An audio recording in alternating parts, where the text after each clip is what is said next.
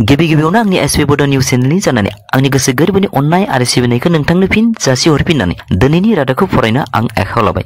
आसा खालामो आंनि रादाब फरायनायखौ नोंथाङा जोबजासिम खोनासंजोबगोन। दिनैनि रादाबखौ फरायदों आं मुस्रि फैमाल नार्जारि। उदां बर' रायजो नागिरनानै बर' हारिखौ गेरेमसा महर होनानै बर' हारिनि थामोनथा राव हारिमु रांखान्थि राजखान्थिखौ बुहुमनि सिगाङाव गायसननायनि थांखिजों एबसुआ 1987 मायथाइयाव भलन्टियार फर्स मुंनि अर्गानाइजेसनखौ दानानै होनाय लेखा 1993 मायथाइयाव बर'नि गिबि खुंथाय खुन्थिया BACखौ लाबोनानै होदोंमोनब्लाबो गोबां भलन्टियार्सफ्रा सारेन्डार जानानै बिनि माखासे थांखिफोरखौ मावफुंजोबनो हायैयाव फिन BLT मुंनि मोनसे हाथियार हानजा दानानै बर'नि हाथियार सोमावसारनायखौ लांफिनदोंमोन होनना मैया क'क्राझार जिल्लानि अल बड' एक्स भलन्टियार फर्सनि अर्गानाइजेसननि दैदेनगिरि बिथांमोना समाजारि बिजोंनि गेजेरजों फोरमायो। बिथांमोना फोरमायनाय बादिब्ला बिथांमोना दिनैसिमबो हारिनि थाखाय गाबखांनाय मोनो होनना फोरमायोदि बारलांनाय समफोराव जाय बिर जोहोलाव बिथांमोना हारिनि थाखाय जिउ होलांबाय, नोरजिया जालांबाय, नाथाय जुदियाव बर' हारिया BACनि उनाव BTCनि उनाव BTR गोजोन गोरोबथा मोनदोंब्लाबो दिनैसिमबो जेबो जाफुङै बायदिफोर नुनानैनो बै थालांनाय गासै भलन्टियार्सफोरखौ लाफिनजोबनानै रिभाइभ खालामफिननाय बायदि थांनाय 2022 मायथाइनि 11 सेप्तेम्बर खालारखालि सेरफांगुरियाव अल सिटिजेनशिप फराम मुंनि मोनसे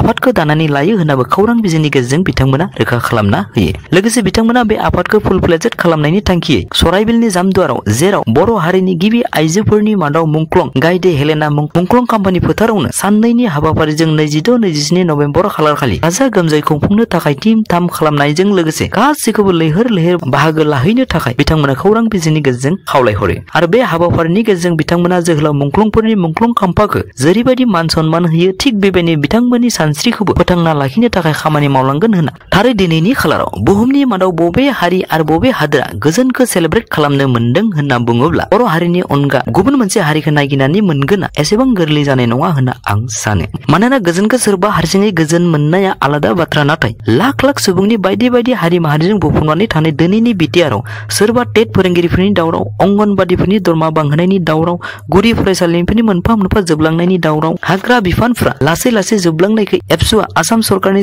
नेशनेल पार्क खालामनायनि मेम'रि गथायनो नागिरनायनि बाथ्रा, बिटिआरनि खायसे एग्रिमेन्ट खालामग्राफ्रा खायसे दफाफोरखौ इमप्लिमेन्ट जानायाव डिले जादों होनना बुंनाय, फैगोन 2024 नि सिगां बिटिआर एग्रिमेन्टनि दफाफोरा जाफुंजोबाब्ला संग्राम खालामफिनगोन होनना बुंलायनाय, जेराव जेलाव थानाय NDFBफोरनि उदां जानायनि बोस्रांस'हायै जेंना, मुंख्लं नखरफोरनि एक्स ग्रेसियाखौ थाबै मोनाब्ला सोमावसारगोन होनना बुंनाय, बर'नि कन्ट्रेक्टरफोरा खामानि मावनो मोनैनि हालाय हाफाय जानाय बायदि जेंना जेंसिजों बुंफबनाय बे बिटिआर हालामाव हरखाब UPPL राजखान्थि हानजाया पिस सेलेब्रेसन खालामनाया थारै UPPL राजखान्थि हानजानिल' पिसनि बाथ्रा ना UPPL राजखान्थि हानजानि जेरैथिंबो लोरबां थासारिखौ फिन दाफामफिननायनि फावथिना, बेखौ थारै जों साननांगौ जानानै फैदों। मानोना बिटिआर एग्रिमेन्टआ जोंनि हारिनि थैजों सोमोन्दो गोनां मोनसे एग्रिमेन्ट आरो बे एग्रिमेन्टखौ लानानै जाहाथे रावबो राजखान्थि हानजा दैदेनगिरिफ्रा नंखायैनो गोदै गोदै बुंफ्लानानै गोबां मावबाय होनब्लानो हारिनि गांनाय उखैनायजों लोगोसे बिटिआरनि एग्रिमेन्टनि दफाफोरा जाफुंजोबा, बियो नाथाय 100% सैथो। ओंखायनो थारै बिटिआरआव पिसआ फैमारबायब्ला अब्ला पिस एग्रिमेन्ट खालामग्रा संगठनफोर जेरै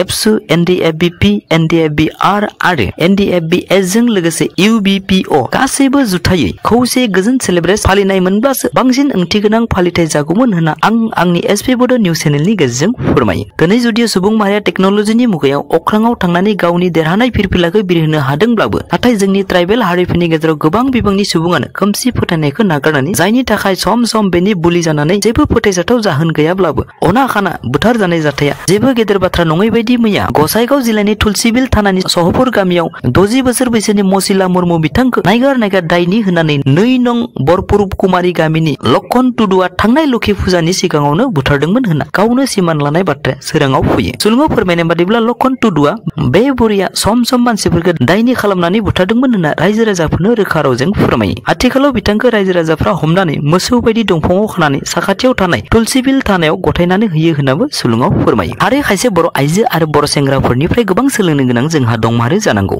नङाब्ला खनले समाजाव हाबा जानाय हौवा हिनजावफ्रासो सेंग्रा सिख्लाफोरखौ बुजायनायाथ' गोजाननि खोथा, बिसोरसो उल्था गावनि नायल' जाल' गथ' गथायफोरखौ दाउ अमा बायदि गारनानै हिन्दी सिनेमानि एक्टर एक्ट्रेस बायदि लांखारलायनाय जाथाया बर' हारिनि थाखाय ओंखाम जानायाव दै लोंनाय बायदि जोबोर गोरलैनिख्रुइ गोरलैसिन जालांथारदों। मैया कार्बि आंलंनि सासे गथ' गोनां हिनजावा क'क्राझारनि बारागर मुंनि मोनसे गामिनि सासे सेंग्राजों फेसबुकाव लोगो मोननानै हाबा जानो होननानै गावनि हौवानि न' सिमन सापुनि एक्टर एक्ट्रेस बायदि सानैबो खारखोमालांदोंमोन। नाथाय गोजोनथाव बाथ्रादि बिथांमोनखौ फैबाय थानाय समावनो गहपुर पुलिस थानानि पुलिसफ्रा हमनो मोनो होननाबो सुलुङाव फोरमायो। नाथाय मोनसे सोमोनांथाव बाथ्रादि गथ' गथाय गारनानै खारबोनाय बिथाङा खौरांगिरिफोरनि सिगाङाव सोंनायनि फिननायाव बुङोदि गावनि हौवानि फंबाया सानसे ओंख्रि सङाब्लानो सैमानि फिसा बायदि बायदि होननानै रायनायनि थाखायनो गावनि असे फिसायखौ गारनानै फैदों होनना फोरमायो। बेजों लोगोसे बिथाङा गोजामखौ बाय बाय होनानै गोदानखौ वेलकाम खालामनायखौ खेंस्लायै फोरमायो। मोननैसो सोमोनांथाव रादाब। मैया अदालगुरिनि सासे आइजोखौ दिल्लीनि गुरुग्रामनिफ्राय नर्थ इस्टनि सेलनि नाजानायजों दिल्ली पुलिसाव मोनसे देहा फालांगिजों सोमोन्दो गोनां जायगानिफ्राय उदां खालामनो हायो। सुलुङाव सासे उदां खालामग्रा असमिया आइजोआ फोरमायनाय बादिब्ला आथिखालाव गोबां आइजोफ्रानो रां रुफानि लबाव गोदोनानै बेबायदि खैसाराव गोग्लैनानै दं होननानैबो सुलुङाव फोरमायो। लोगोसे बिथाङा बुंबावनाय बादिब्ला बेबायदि खैसाराव असमिया बर' बायदि आइजोफ्रानो बांद्राय होननाबो सुलुङाव फोरमायनायजों लोगोसे बेबायदि खामानियाव एजेन्ट महरै खामानि मावग्रा लाम्बो मुंनि सासे सुबुंखौबो मैया अदालगुरियाव पुलिसा एरेस्ट खालामबाय होनना सुलुङाव फोरमायो। मैया बिहाराव नखरसेनिनो 4 गथ'आ दैखराव गोदोनानै थैनाय जाथाया ओनसोलनि सुबुंफोरखौ सोगाबजोबो। सुलुङाव फोरमायनाय बादिब्ला गासै 9 जन गथ'फ्रा दैखराव दुगैनो थांदोंमोन आरो बेनिनो 5 गथ'खौ बोखांनो हादोंमोन होननाबो सुलुङाव फोरमायो। बेराफारसेथिं मैया देवालिनि फट' गावनायाव तामिलनाडुआव मासे मोसाया नखरसेनि न'आव हाबहैयो। सुलुङाव फोरमायनाय बादिब्ला मोसाया बे नखराव खमैबो 15 घन्टा हाबनानै थायो आरो बे न'आव थानाय सासे आइजोखौ उदां खालामनो थांनायाव खमैबो 6 जन सुबुङा मोसाजों जोखोम जायो होनना सुलुङाव फोरमायो। बेबायदिनो बेराफारसेथिं गाजियाबादाव मैया सासे सुबुङा देवालियाव लहानि हासुंजों बमा सोनानै गावनानै बेनि आथिजों लोगोसे देहानि गिरिफोरा गाज्रि जानानै मेडिकेलाव फैयो होनना सुलुङाव फोरमायो। थिग बेबायदिनो नयदायावबो मैया 2 गथ'फ्रा फटका गावबाय थानाय समावनो गंसे गारिया गोबारै फैनानै सासे गथ'नि साजों सालायलांनानै जिउ फोजोबो होनना सुलुङाव फोरमायो। बेजों लोगोसे आंनि दिनैनि रादाबा एसेनोसै। थारै नोंथाङा आंनि रादाबखौ दिनैसो खोनासंफ्लांदोंब्ला अन्नानै साबस्क्राइब दिनैसिमबो खालामाखैब्ला अन्नानै साबस्क्राइब, लाइक आरो शेयार खालामनो थाखाय गुरै आंनि गोसो गोरबोनिफ्राय खावलायहरनाय थाबाय। एसेनोसै, गोजोन्थों।